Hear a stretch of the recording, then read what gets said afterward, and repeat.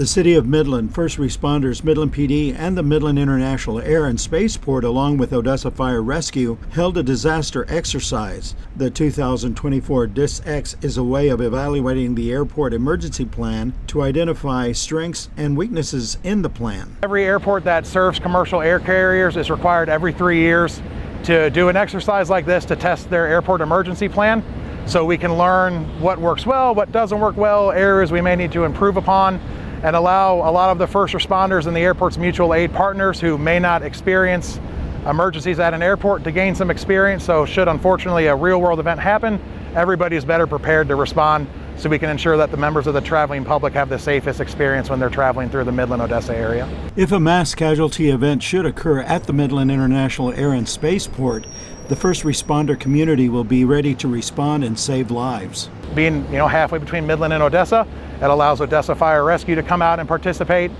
So the larger the event, obviously it's just more departments from not only the city of Midland, but Midland County, Ector County, the city of Odessa, that may not normally interact with the airport very often, are now challenged to be able to communicate with each other, test our systems, and try to make sure everything's working the best way it possibly can. Airports certified for air carrier operations must have an airport emergency plan. The plan must be reviewed annually and tested every 3 years. There hasn't been a major aviation accident in almost a decade and a half in this country. And I think a lot of that is because airports take safety seriously. Everybody involved in these drills understands the importance of what not responding in an efficient manner can result in. It's our job as first responders and members of these departments to be efficient at this. Volunteers included cadets from the Midland Fire Department, members of the Civil Air Patrol, STEM Academy, and from departments of the City of Midland, simulated victims of a mass casualty event.